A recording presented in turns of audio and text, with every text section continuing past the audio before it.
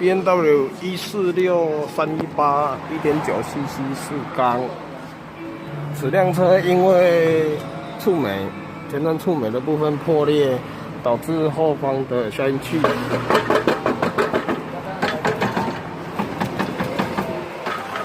整段都有碎片。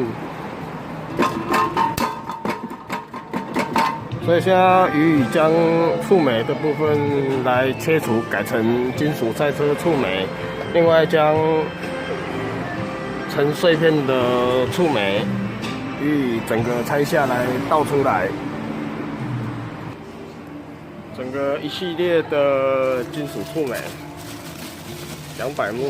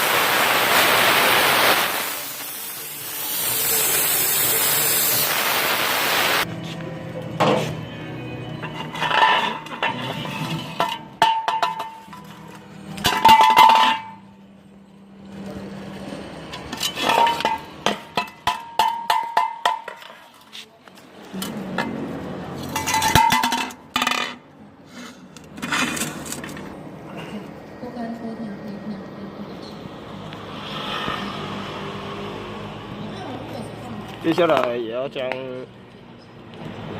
在消音器里面的触媒来将它倒出来，倒干净。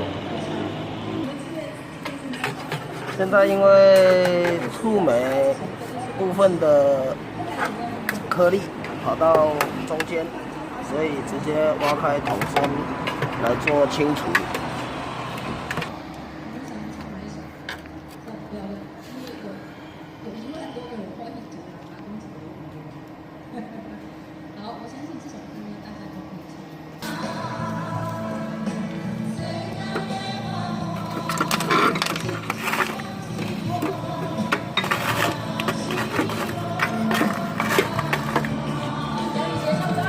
好，倒出来吧。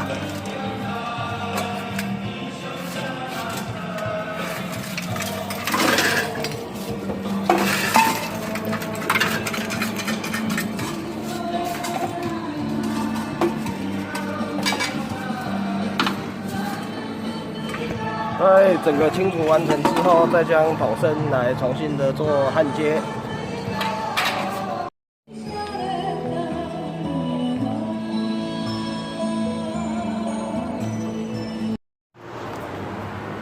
接下来补焊的部分已经完成，再来就剩下触媒段的连接。